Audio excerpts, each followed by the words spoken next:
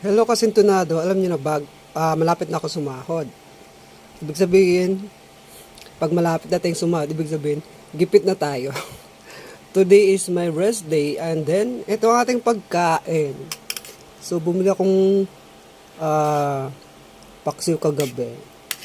Nilagang, ano ba nilagang? Ayan, yung isda kagabi. Tapos ngayong umaga, sinabaw natin. Ayan o. Sinabaw.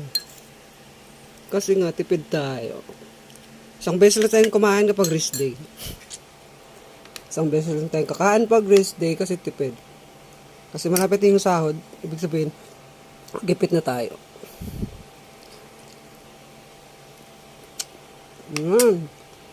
Masarap pa rin naman. Mas masarap pag may kasamang kumain.